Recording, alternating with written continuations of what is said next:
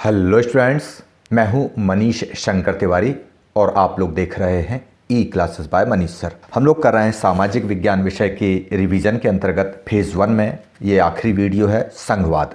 सत्ता की साझेदारी वाले अध्याय को जब हम पढ़ रहे थे तो हमने सत्ता की साझेदारी के दो स्वरूप देखे थे, जिसमें एक था क्षैतिज वितरण और दूसरा था ऊर्ध्वाधर वितरण। इसी ऊर्ध्वाधर वितरण को ही संघवाद कहते हैं। चलिए देखते हैं इसको अपन। संघवाद कहते किसे हैं?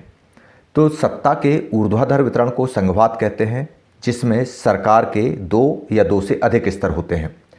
एक स्तर होता है केंद्र सरकार का, दूसरा होता है राज्य सरकार का, और कहीं कहीं पर स्थानीय शासन भी या स्थानीय निकाय भी होते हैं। चलिए देखते हैं संघवाद है क्या।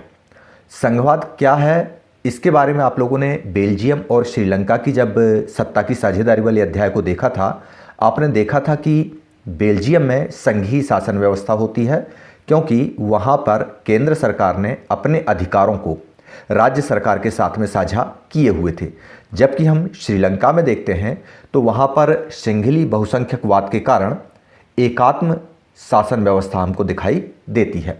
इसी वजह से वहाँ के तमिल भाषी लोग जो है वे चाहते थे कि श्रीलंका में संघीय शासन व्यवस्था आना चाहिए, लेकिन ऐसा होता नहीं है। अच्छा, वो ऐसा क्यों चाहते थे? क्योंकि संघीय शासन व्यवस्था में शासन की जो सर्वोच्च सत्ता होती है वह केंद्र सरकार के पास होती है, और वह अपनी सत्ता को अनुषांगिक इकाइयों के बीच में बांट देता है।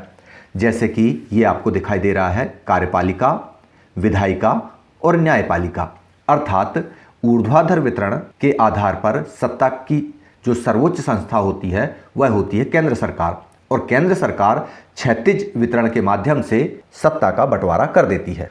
आमतौर पर क्या होता है कि संघीय शासन व्यवस्था में दो स्तर की सरकारें होती हैं, जैसा कि आपने पहले देखा, एक केंद्र सरकार और एक राज्य सरकार। और इसमें सत्ता के दोनों स्तर अपने अपने लेवल पर आकर स्वतंत्र काम करते हैं। तो इस तरह से हमने जाना संघवाद क्या होता है। जबकि श्रीलंका की जब हम बात कर रहे थे तो हमने देखा था एकात्मवाद के बारे में, जो कि संघवाद के बिल्कुल विपरीत होता है। चलिए अपन थोड़ा सा संघवाद और एकात्मवाद के अंतर को समझें। एकात्म शासन व्यवस्था में शासन का एक ही स्तर होता है, जो कि केंद्र सरकार का होता है। केंद्र सरकार अपने ही रिमोट के द्वारा राज्य सरकारों को, मतलब अपनी अनुषांगिक इकाइयों को संचालित करना चाहते हैं, और इसके कारण से केंद्र सरकार ताकतवर होती है और वह प्रांतीय सरकारों को आदेश देती है, बाकी जो इकाइयां हैं उसके अधीन होकर काम करती हैं। इसके उल्टा क्या होता है? संघवाद। संघवाद में राज्य सरकार और केंद्र सरकार दोनों मिलजुल कर काम करती हैं और दोनों एक साथ आगे बढ़ती हैं। अब सवाल ये आता है कि क्या ये दोनों सरकारें मनमाने नियम या कानूनों से सरकार चलाती हैं? जैसा कि संघवाद में बताया जा रहा है कि केंद्र सरकार और राज्य सरकार दोनों अपने अपने स्तर पर काम करती हैं, तो क्या ये मनमानी करती हैं? संघीय शासन व्यवस्था में केंद्र सरकार जो है वो राज्य सरकार को कुछ खास करने का आदेश दे नहीं पाती, हालांकि सर्वोच्च सत्ता केंद्र सरकार के पास में ही होती है। आइए हम देखते और समझते हैं कि संघवाद की आखिर महत्वपूर्ण विशेषताएं क्या हैं। सबसे पहली विशेषता अगर हम देखते हैं तो इसकी यही आती है कि संघवाद में दो या दो से अधिक स्तर की सरकारें होती हैं। दूसरी विशेषता इसके अंतर्गत आती है, ये दोनों सरकारें एक ही नागरिक समूह पर शासन करती हैं। जैसे केंद्र सरकार भारत की जो है वह भी हम पर शासन करती है, और यदि हम मध्य प्रदेश, गुजरात, महाराष्ट्र किसी भी स्टेट के रहने वाले हैं, हम उस पर राज्य सरकार भी शासन करती है। इस तरह से नागरिक एक ही होता है, लेकिन दोनों स्तर की सरकारें अपना शासन उस पर करती हैं। अब सवाल ये उठता है कि जब दोनों स्तर की सरकारें हमारे ऊपर शासन कर रही हैं तो कन्फ्यूजन ये क्रिएट होता है कि हम बात किसकी माने।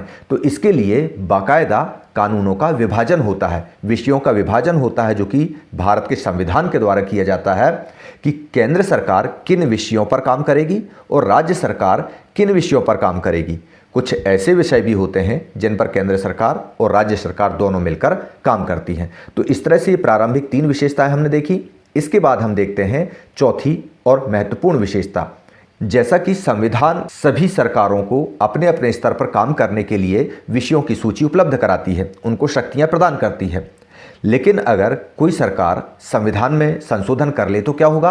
तो इसके लिए कोई भी सरकार, केंद्र सरकार या राज्य सरकार अकेले चाहे, मनमाने ढंग से चाहे तो संविधान में सुधार नहीं कर सकती। संविधान में सुधार करने के लिए केंद्र सरकार को राज्य सरकारों की सहायता लेना पड़ता है और इस तरह से दोनों स्तर की सरकारों की शक्तियों में सामंजस्य बना रहता है। पांचवा महत्वपूर्ण बिंदु हम देखते हैं, मान लो केंद्र सरकार और राज्य सरकार के बीच में कोई विवाद की स्थिति बन जाए, चाहे वो संविधान संशोधन का हो या किसी अन्य विषय का हो या समवर्ती सूची का विषय हो, तब इसके लिए एक स्वतंत्र और निष्पक्ष न्यायपालिका का गठन किया जाता है जो संविधान की व्याख्या अपने शब्दों में करती है और राज्य और केंद्र के साथ साथ अन्य विवादों का निपटारा भी संविधान सम्मत तरीके से करती है। छठवीं विशेषता को हम देखते हैं राजस्व के बारे में। केंद्र सरकार और राज्य सरकार दोनों के लिए वित्तीय स्वायत्तता निश्चित की जाती है, जो कि आप लोगों ने देखा है इस समय जीएसटी के माध्यम से की जा रही है। केंद्र सरकार की जीएसटी अलग होती है, राज्य सरकार की जीएसटी अलग होती है और केंद्र शासित प्रदेशों के लिए भी अलग जीएसटी होती है। सातवां और अंतिम सबसे महत्वपूर्ण बिंदु है कि संघीय शासन व्यवस्था का मुख्य उद्देश्य यह है कि देश की एकता और अखंडता को बनाए रखना और साथ ही क्षेत्रीय विविधताओं का पूरा सम्मान करना। संघवाद के बारे में अगर महत्वपूर्ण विशेषताएं आती है तो जो 7वें नंबर की विशेषता है, बेझिझक लिख सकते हैं कि संघीय शासन व्यवस्था की महत्वपूर्ण विशेषता क्या है। महत्वपूर्ण विशेषता यह है कि वह देश की एकता, अखंडता और सुरक्षा को बनाए रखते हुए क्षेत्रीय विविधताओं का पूरा सम्मान करती है। चलिए अपन आगे बढ़ते हैं और देखते हैं कि संघीय शासन व्यवस्था कितने प्रकार की होती है। तो यहाँ पर निकल कर आती है कि संघीय शासन व्यवस्था 2 प्रकार की होती है, एक साथ आकर संघ बनाना और दूसरा साथ लेकर संघ बनाना। साथ आकर संघ बनाने की व्यवस्था में हम ये देखते हैं कि अलग अलग स्वतंत्र राष्ट्र अपनी पहचान को बनाए रखते हैं, लेकिन सुरक्षा और खुशहाली के रास्ते बनाए रखने के लिए ये सारे लोग मिलकर एक ग्रुप की तरह तैयार हो जाते हैं और अपनी ताकत किसी एक केंद्रीय सरकार को दे देते हैं। इसमें सारे राज्य जो है बराबर शक्तिशाली होते हैं, ना तो केंद्र शक्तिशाली होता है ना राज्य शक्तिशाली। हर राज्य की अपनी अपनी स्वायत्तता होती है, लेकिन कुछ विशेष मामलों पर ये जो है डिपेंडेंट होते हैं, राज्य को अपनी शक्ति प्रदान की हुई होती है, जैसे संयुक्त राज्य अमेरिका, स्विट्जरलैंड और ऑस्ट्रेलिया। अगर हम देखते हैं साथ लेकर संघ बनाना, तो यहाँ पर स्थिति बदल जाती है। भारत जैसे देश में चूंकि यहाँ पर विविधताएं हैं, तो बड़े देश अपनी आंतरिक विविधता को ध्यान में रखते हुए केंद्र सरकार के अंतर्गत राज्यों को अलग अलग भागों में विभाजित करते हैं और फिर उनको स्वायत्तता प्रदान करते हैं, सत्ता में बंटवारा देते हैं। इसका उदाहरण अगर देखना है तो भारत, बेल्जियम, स्पेन ये हमको दिखाई देते हैं। तो इस प्रकार हम लोगों ने दुनिया भर में देखा कि किस तरह से 2 तरह से संघीय व्यवस्था काम करती है। आपको बता दूं, हालांकि दुनिया में लगभग 193 देश हैं, लेकिन इनमें से केवल 25 देश ऐसे हैं जहां पर संघीय शासन व्यवस्था काम करती है और इन देशों में दुनिया भर की लगभग 40% आबादी निवास करती है। चलिए अब देखते हैं अपन भारत में संघीय व्यवस्था कैसे काम करती है। भारत में संघीय व्यवस्था को चलाने के पहले सबसे प्रमुख बात यह ध्यान रखना होगा कि जब 15 अगस्त 1947 को हमारा देश आज़ाद हुआ था, तो इसको एक संघीय ढांचे में डालने की बहुत बड़ी चुनौती थी और वह चुनौती थी रक्त रंजित विभाजन, जो कि धर्म के आधार पर हुआ था। दूसरी समस्या हमारे सामने 550 से ऊपर जो रजवाड़े थे उनका भारतीय संघ में विलय करना। इसके साथ साथ भारत की भौगोलिक विशालता, जिसको आपने कक्षा 9वीं के दूसरे अध्याय में भारत के भौतिक प्रदेश के अंतर्गत देखा है। क्षेत्रीय विविधताएं, अलग अलग वेशभूषा, बोली, भाषा, रहन सहन, भाषाई विविधता, अनेक धर्म, अनेक पंथ, ऐसी हजारों विशेषताओं को समेटे हुए इस देश को इस संघ के रूप में, संघीय ढांचे के रूप में बनाए रखना बहुत बड़ी चुनौती थी। इस चुनौती से निपटने के लिए भारत में भी संघीय शासन व्यवस्था की वही 7 विशेषताओं को अपनाया गया, जो कि आप लोगों ने इसके पहले देख चुके हो। और इन विशेषताओं को अपनाते हुए भारत ने भी 2 स्तर की सरकारें काम करती हैं, एक केंद्र सरकार और एक राज्य सरकार। जैसा कि आपको मैंने पहले बताया है कि केंद्र सरकार और राज्य सरकारों में संघीय व्यवस्था कायम हो सके, इसके लिए भारत में भारत के संविधान के द्वारा इनको शक्तियां प्रदान की जाती हैं। जैसे कि संघ सूची केंद्र सरकार का विषय होती हैं, राज्य सूची राज्य सरकार का विषय होती हैं, और कुछ विषय ऐसे होते हैं जो दोनों सरकारों के द्वारा काम किए जाते हैं। उन विषयों पर वह कहलाती है समवर्ती सूची। समवर्ती सूची के अंतर्गत आता है शिक्षा, वन, विवाह, उत्तराधिकार, गोद लेना इत्यादि। इसके अलावा संघ सूची की अगर हम बात करें तो इसमें प्रतिरक्षा, विदेशी मामले, बैंकिंग, संचार, मुद्रा, रेलगाड़ी इत्यादि। राज्य सूची के प्रमुख विषय पुलिस, व्यापार, कृषि, वाणिज्य इत्यादि इत्यादि आते हैं। अब सवाल ये उठता है कि जब हमारा संविधान बना था 1950 में, तब कुछ विषय ऐसे थे जो उस समय प्रकट ही नहीं थे, जैसे मोबाइल, इंटरनेट, टेलीविजन इत्यादि। ऐसे विषयों को अपशिष्ट विषय कहा गया, जिनके ऊपर कानून बनाने का या उन पर कार्य करने का पूरा अधिकार संविधान ने केंद्र सरकार को प्रदान किया है। अब सवाल ये उठता है कि जब केंद्र सरकार और राज्य सरकारों में मान लो किसी विषय पर, राज्य सूची के विषय पर या संघ सूची के विषय पर कोई टकराव हो जाए, इसकी व्यवस्था भी हमारे संविधान में की गई है और स्पष्ट रूप से कहा गया है कि तब केंद्र सरकार द्वारा बनाया गया कानून ही मान्य होगा। इस तरह से हम भारत में देखते हैं कि भारत में संघीय व्यवस्था को चलाने के लिए 1, 2, 3, 4, 5 ये 5 तरह की विशेषताएं हमको नजर आती हैं। चलिए हम इसे देखते हैं और समझते हैं।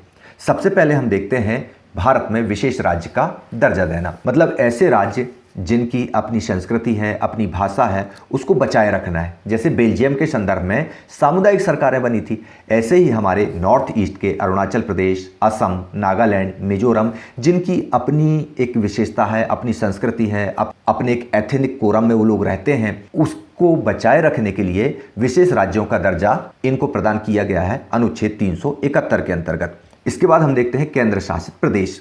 अब आप लोग सोचते होंगे कि इन केंद्र शासित प्रदेशों को राज्यों के साथ ही मर्ज क्यों नहीं कर दिया जाता।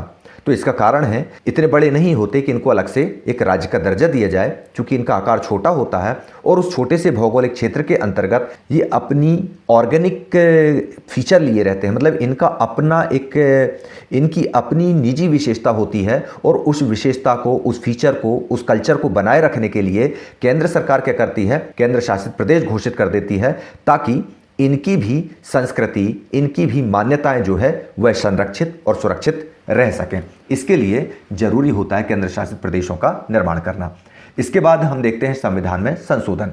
हमारे भारत के संविधान में सारे देश को एकजुट बनाए रखने के लिए, देश की एकता, अखंडता के साथ साथ क्षेत्रीय विविधताओं का सम्मान करने के लिए ये प्रावधान किया गया है कि संसद के दोनों सदन, लोकसभा और राज्यसभा तथा आधे से अधिक राज्य मिलकर ही इसमें कोई बदलाव कर सकते हैं। तो इस तरह से भारत में संघीय व्यवस्था जो है वह मजबूती से काम करती रहती है। इसके अलावा अगर किसी तरह का कोई विवाद होता है संसद में, संविधान के मसले पर, राज्यों की विषय सूची के मसले पर यदि कोई टकराव होता है, तब फिर सुप्रीम कोर्ट उसमें दखल देता है और संविधान की व्याख्या करता है। साथ ही साथ टकराव को टालने के लिए वह अपने फैसले सुनाता है, जिसे सभी को मानना होता है। और अंत में बारी आती है राजस्व की वसूली की। इस पर मैंने आपसे पूर्व में बता चुका हूं कि जीएसटी, जो कि अलग अलग सरकारों के लिए जीएसटी के माध्यम से राजस्व वसूली की व्यवस्था की जाती है। तो इस तरह से हमने भारत के संघीय शासन व्यवस्था की विशेषताएं देखी, जिसमें विशेष दर्जा प्राप्त राज्य आते हैं, केंद्र शासित प्रदेश आते हैं, संविधान संशोधन होता है, न्यायालय की सर्वोच्चता है और वित्तीय स्वायत्तता है। तो इस तरह से हम लोगों ने यहाँ पर भारत की संघीय शासन व्यवस्था को जाना और समझा। चलिए अब देखते हैं भारत में संघीय व्यवस्था आखिर चलती कैसे है। जब हम इस दिशा में बात करते हैं तब आता है भाषाई राज्य। भारत में अनेक भाषा बोलने वाले राज्य हैं। भारत के सामने सबसे बड़ी चुनौती ये थी कि जब देश आज़ाद हुआ था तो धर्म के आधार पर उसके विभाजन हो चुके थे, और जब धर्म के आधार पर विभाजन हुआ तो भारतीय जो तत्कालीन राजनेता थे, तत्कालीन जो सरकार के कर्ता धर्ता थे, उनको भाषा के आधार पर राज्य गठन करना एक बड़ी चुनौती लगती थी। उनको ये लगता था कि ऐसा ना हो कि धर्म के आधार पर जिस देश के दो टुकड़े हुए हैं, अनेकों भाषाओं वाले इस देश के अगर भाषाई विभाजन कर दिया जाए तो अनेक टुकड़े हो सकते हैं, लेकिन ऐसा हुआ नहीं। 1947 से लेकर 1920 तक हमने देखा है इस मानचित्र में कि भाषाई आधार पर राज्यों का गठन किया गया, लेकिन उससे किसी तरह का कोई परेशानी सामने नहीं आती है। भाषाई आधार पर गठित होने वाला पहला राज्य कौन सा था? तो भाषाई आधार पर पहला गठित राज्य था आंध्र प्रदेश। जब भाषाई आधार पर राज्य गठित किए गए तो उनमें एक ही भाषा बोलने वाले लोगों को एक राज्य में लाने का प्रयास किया, लेकिन राज्यों का गठन का आधार केवल भाषा नहीं था। इसको अपन ने इसके पहले भी चर्चा किया है कि राज्यों के गठन का आधार उनकी अपनी संस्कृति, उनकी भौगोलिक स्थितियाँ, उनकी जातीयता अर्थात एथेनिटिसिटी और उनकी विभिन्नताओं को रेखांकित करते हुए अपने आप को, उनकी संस्कृति को बचाने के लिए भी राज्यों का गठन किया गया। इसको हमने देखा उत्तराखंड, झारखंड और नागालैंड जैसे राज्यों के गठन के साथ। अर्थात भारत में संघीय व्यवस्था को चलाने के लिए केवल और केवल भाषाई आधार पर ही राज्यों का गठन नहीं किया गया, बल्कि उन राज्यों को भी बनाया गया जिनकी अपनी संस्कृति और अपनी विशेषताएं थी, जिनको बचाना आवश्यक था, और इस आधार पर भी गठन किया गया। इसके पहले हम लोगों ने अरुणाचल प्रदेश, मिजोरम, त्रिपुरा, इनकी भी बात की, जिनकी अपनी विशेषताएं थी। उन राज्यों को भी विशेष राज्य का दर्जा दिया गया। इसके बाद हम देखते हैं भारत की भाषा नीति। भारत में अनेकों भाषाएं बोलने वाले लोग रहते हैं। जब बात भाषा नीति की होती है तो हम देखते हैं कि भारत को अंग्रेजों ने 1947 में छोड़ के चले गए। लेकिन चूंकि भारत बहुभाषा भाषी राष्ट्र है, जिसमें हिंदी, संस्कृत, तमिल, मलयालम, कन्नड़ सारी भाषाएं बोली जाती हैं, लेकिन उस समय कामकाज की भाषा अंग्रेजी थी और अलग अलग भाषा बोलने वाले लोगों को जोड़ने का काम अंग्रेजी करती थी तथा सरकारी कामकाज की भाषा भी अंग्रेजी थी। अतः यह निर्णय लिया गया कि 1965 तक धीरे धीरे करके अंग्रेजी को हटा दिया जाएगा, लेकिन इस बात का कठोरता से पालन नहीं किया गया। बात आई जब भारत में राष्ट्रभाषा की, तो हिंदी जो है 40% से अधिक लोग हिंदी भाषा को बोलते हैं, लेकिन इसके बावजूद भी अन्य भाषाओं से टकराव ना हो, इसलिए हिंदी को बड़ी बहन मानते हुए इसे राजभाषा का दर्जा दिया गया और अन्य भाषाओं को भारत की संविधान की 8वीं अनुसूची में 21 भाषाओं के साथ में हिंदी को रखा गया।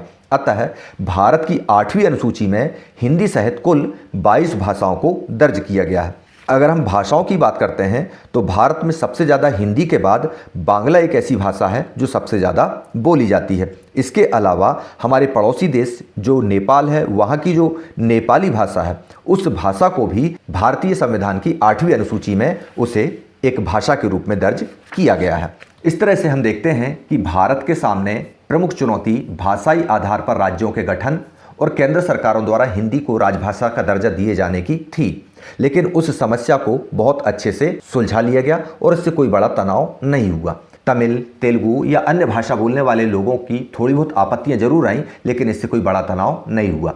इस नीति से सबसे बड़ा संदेश ये जाता है कि भारत का संघवाद मजबूत है। भारत में केंद्र और राज्य सरकारों के बीच में संबंध बहुत अच्छे हैं। इसका कारण भी है, भारत में केंद्र और राज्य सरकारों के बीच में उस दौर में आज़ादी के बाद से लेकर लंबे समय तक एक ही दल की सरकार थी, इसलिए केंद्र सरकार द्वारा जो निर्देश या निर्णय दिए जाते थे, वे सारे निर्णय राज्य सरकारों के द्वारा स्वीकार कर लिए जाते थे। अर्थात डबल इंजन की सरकार थी। तो चलिए देखते हैं केंद्र और राज्यों के संबंधों के बारे में। केंद्र और राज्यों के संबंध की जब हम बात करते हैं, जब केंद्र में भी भारतीय राष्ट्रीय कांग्रेस की सरकार थी और राज्यों में भी भारतीय राष्ट्रीय कांग्रेस की सरकार थी, तो दोनों स्तरों की सरकारों के बीच में तालमेल बना रहता था। अगर किसी तरह की कोई ऐसी स्थिति बनती भी थी तो राज्य सरकारें केंद्र सरकार द्वारा दिए गए निर्देशों को नकार नहीं पाते थे। यह स्थिति लंबे समय तक नहीं बन पाई। यदि डबल इंजन की सरकार नहीं हुई तो क्या होगा? ऐसा हुआ भी। सन 1990 के दशक की अगर हम बात करते हैं कि शुरुआती दौर में विभिन्न राज्यों में अलग अलग राजनीतिक दलों का गठन हुआ, जिनको हमने राजनीतिक दल वाले अध्याय में देखा हुआ है। जब अलग अलग दलों का गठन हुआ, तब केंद्र में जिस दल की सरकार होती थी, उसने राज्यों में जो अलग अलग दलों की सरकार बनी, उनको बर्खास्त करने का काम शुरू कर दिया। मतलब ये जो काम शुरू हुआ, यह संघवाद की भावना के विरोध में था। शुरुआती दौर में हमने 1990 में देखा कि केंद्र में भारतीय राष्ट्रीय कांग्रेस की सरकार थी और 1990 में एक ऐसा इशू तैयार हुआ था जिसकी वजह से उत्तर प्रदेश, मध्य प्रदेश और राजस्थान की सरकारों को बर्खास्त कर दिया गया था, जिसकी वजह से संघवाद की इस भावना को धक्का लगा था। लेकिन समय बदलता गया। धीरे धीरे करके भारत के विभिन्न राज्यों में अनेक क्षेत्रीय दल उभरते चले गए और स्थिति ऐसी बनी कि अब क्षेत्रीय दलों के बिना केंद्र की सरकार बनना मुश्किल थी। तो 272 के उस बहुमत के आंकड़े को छूने के लिए, केंद्र में सरकार बनाने के लिए क्षेत्रीय दलों का भी सहयोग लेना पड़ा। इस तरह से अनेक दलों से मिलकर बनी हुई सरकार को गठबंधन सरकार कहा गया और यह गठबंधन सरकार जब बनी तो केंद्र को मजबूरी में राज्यों में क्षेत्रीय दलों की सरकारों की बात मानना पड़ी। तो इस तरह से किसी एक दल को जब स्पष्ट बहुमत नहीं आया और प्रमुख जो राष्ट्रीय पार्टियां थी, भारतीय जनता पार्टी या भारतीय राष्ट्रीय कांग्रेस, इन्होंने अनेक क्षेत्रीय दलों जैसे तृणमूल कांग्रेस, अन्ना द्रमुक, समाजवादी पार्टी, बहुजन समाजवादी पार्टी, अकाली दल, इनके साथ में मिलकर सरकार बनाई और यही सरकार कहलाई गठबंधन सरकार। इस तरह से इससे सत्ता में राज्यों की साझेदारी बढ़ी और राज्य सरकारों की स्वायत्तता का आदर करने की नई संस्कृति विकसित हुई। इसके साथ साथ भारत के जो सुप्रीम कोर्ट है उसने भी इसमें दखल देते हुए अनावश्यक रूप से बिना किसी संवैधानिक कारण के आप किसी भी राज्य सरकार को बर्खास्त नहीं कर सकते हैं और इस तरह से सुप्रीम कोर्ट ने दखल देते हुए भारतीय संघवाद को पुनः स्थापित करने का प्रयास किया। तो इस तरह से हम लोगों ने बहुत अच्छे से संघवाद देखा, संघवाद की विशेषताएं, संघ के व्यवस्था के अंतर्गत प्रकार हमने देखा, साथ आकर संघ बनाना, साथ लेकर संघ बनाना। फिर भारत की संघीय व्यवस्था को समझने के बाद में देख लिया कि भाषाई राज्य, भाषाई नीति और केंद्र राज्य संबंध के आधार पर संघीय शासन व्यवस्था कैसे चलती है। अब अपन चलो देखते हैं कि संघीय शासन व्यवस्था को चलाने के लिए सत्ता का विकेंद्रीकरण कैसे किया भारत ने। केवल केंद्र और राज्य की ही नहीं, केंद्र और राज्यों ने मिलकर एक नया स्वरूप तैयार किया जिसमें स्थानीय स्वशासन की बात की गई। चलिए अपन देखते हैं भारत में विकेंद्रीकरण। भारत में विकेंद्रीकरण की आवश्यकता क्यों पड़ी, अगर अपन इस बात पर गौर करें तो हम देखते हैं कि भारत एक बहुत बड़ा देश है, भारत की भौगोलिक विशालता है। अगर हर काम के लिए व्यक्ति को केंद्र की राजधानी दिल्ली या अपने राज्यों की राजधानी में जाना पड़ जाएगा तो उनके लिए यह बहुत ही ज़्यादा खर्चीला और बहुत ज़्यादा समय खपाने वाली व्यवस्था होगी। तो इस तरह से भारत की बड़ी और विविधता भरी जनसंख्या को देखते हुए भारत में विकेंद्रीकरण की बात की ही गई। और इसमें सबसे पहले हमने देखा कि केंद्र सरकार और राज्य सरकारों ने अपने अधिकारों में थोड़ी सी कमी लाते हुए स्थानीय स्वशासन की कल्पना की। स्थानीय स्वशासन की स्थापना के लिए सन 1992 में भारतीय संविधान में संशोधन किया गया। यह संशोधन 73वें और 74वें संविधान संशोधन के नाम से जाना जाता है, जिसमें भारत में त्रिस्तरीय पंचायती राज व्यवस्था को संवैधानिक दर्जा प्राप्त हुआ। हालांकि पंचायती राज व्यवस्था का अपना एक इतिहास भी है जिसको आप इन बिंदुओं में देख सकते हैं। भारत में पहली बार पंडित जवाहरलाल नेहरू ने अपने प्रधानमंत्रित्व काल में 2 अक्टूबर 1965 को राजस्थान में त्रिस्तरीय पंचायती राज व्यवस्था का उद्घाटन किया था। लेकिन उस समय पंचायती राज व्यवस्थाएं सामान्य तौर पर चलती थी, उनको संवैधानिक दर्जा नहीं मिला था। जब 1992 में संविधान संशोधन हुआ तब भारत के इस तीसरे स्तर की शासन व्यवस्था में नगरीय निकाय और ग्रामीण निकायों की संकल्पना सामने आई। नगरीय निकाय के अंतर्गत नगर निगम, नगर पालिका और नगर पंचायतों की बात की गई, जबकि ग्रामीण निकायों के अंतर्गत जिला पंचायत, जनपद पंचायत और ग्राम पंचायत आते हैं। मध्य प्रदेश के संदर्भ में यदि हम देखते हैं तो जिला पंचायत जो है ग्रामीण निकाय की सबसे बड़ी इकाई होती है, जो कि जिले के अंतर्गत होने वाले योजनाओं और कार्यक्रमों के निष्पादन में पर्यवेक्षक की भूमिका निभाती है। सबसे महत्वपूर्ण प्रश्न परीक्षा में आता है, जिला पंचायत के सदस्य होते कौन कौन हैं? तो जिला पंचायत के सदस्य जिला पंचायत क्षेत्रों से निर्वाचित होने वाले सदस्य तो होते ही हैं, साथ में जिला सहकारी बैंक या विकास बैंक का अध्यक्ष, लोकसभा का सदस्य जो उस जिले का प्रतिनिधित्व करता हो, उस प्रदेश से निर्वाचित राज्यसभा सदस्य यदि वह उस जिले का निवासी है, साथ ही साथ उस जिले के निर्वाचित सभी विधानसभा सदस्य उस जिले की जिला पंचायत के सदस्य होते हैं। 2 अक्टूबर 1959 को जवाहरलाल नेहरू के द्वारा त्रिस्तरीय पंचायती राज गठन किया गया था।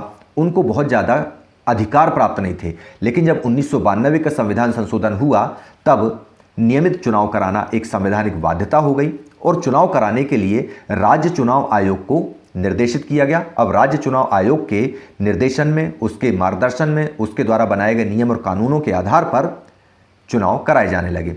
साथ ही साथ विभिन्न वर्गों को समुचित प्रतिनिधित्व मिल सके इसके लिए आरक्षण दिया गया। एससी का आरक्षण, एसटी का आरक्षण, ओबीसी का आरक्षण, इसके अलावा महिलाओं के लिए भी आरक्षण सुनिश्चित किया गया। अपनी पाठ्यपुस्तक के अनुसार 1/3 सीटें महिलाओं के लिए सुरक्षित की गई हैं, जबकि अनेक राज्यों में 50% तक की उनको आरक्षण का प्रावधान किया गया है। साथ ही साथ राज्य सरकारों द्वारा अपने राजस्व में से इनको हिस्सेदारी प्रदान की गई है। सत्ता की भागीदारी, हालांकि यह प्रकृति अलग अलग राज्यों में अलग अलग हमको दिखाई पड़ती है। चलिए अब देखते हैं अपन भारत के अलावा ब्राज़ील का एक प्रयोग जो बहुत ही शानदार है। होता क्या है कि ब्राज़ील, जो कि आपको नक्शे में दिख रहा है, दक्षिण अमेरिकी महाद्वीप का एक देश है जिसमें पोर्टो एलेग्रे नाम का एक शहर है। यहाँ पर नगर परिषद और उसी के समानांतर एक सिविल सोसाइटी काम करती है।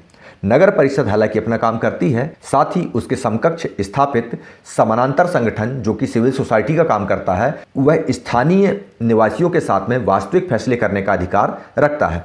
जैसे हमने देश की राजधानी दिल्ली में मोहल्ला कमेटियों की बात सुनी हुई है। अब होता क्या है, ये जो सिविल सोसाइटी है ये बजट पर चर्चा करती है और ये ध्यान देती है कि जो नगर परिषद के द्वारा जो बजट बनाया जा रहा है वो केवल अमीर बस्तियों में ही खर्च नहीं हो रहा, बल्कि इसका जो बजट है उसका हिस्सा गरीब बस्तियों तक भी पहुंचे, बसें वहां तक जाएं, वहां उनका पुनर्वास का इंतजाम हो, इस तरह की चीज़ें वहां पर की जाने लगी।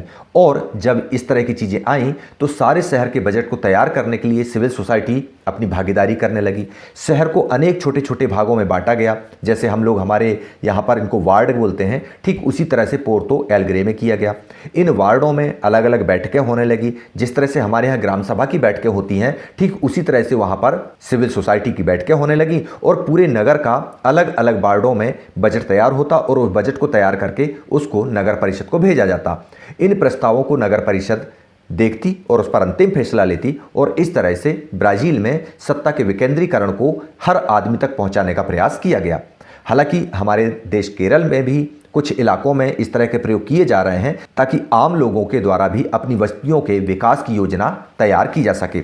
भारत में भी हमारे ग्राम पंचायत व्यवस्था में ग्राम सभा का जो कॉन्सेप्ट है वो लगभग इसी तरह से मिलता जुलता हमको दिखाई देता है। तो इस तरह से हम लोगों ने इस वीडियो में बहुत स्पीड के साथ एक शॉट में ये जान लिया कि संघवाद किसे कहते हैं और संघवाद जो है पूरी दुनिया में एकात्मवाद के विरुद्ध किस तरह से खड़ा हुआ है और संघवाद और एकात्मवाद कैसे अलग अलग हैं और भारत में संघवाद अपनी किन विशेषताओं के साथ में आगे बढ़ रहा है और क्षेत्रीय विविधताओं का सम्मान करते हुए अपनी एकता और अखंडता को बनाए हुए। चलिए, इस तरह से फेज़ 1 के 34 अंकों के 7 अध्यायों के साथ में फेज़ 1 कंप्लीट होता है। आप लोग देखते रहिए ई क्लासेस बाय मनीष सर। मुझे इजाज़त दीजिए, अब हम चलते हैं अगले कंटेंट्स की तैयारी के लिए। जय हिंद, जय भारत।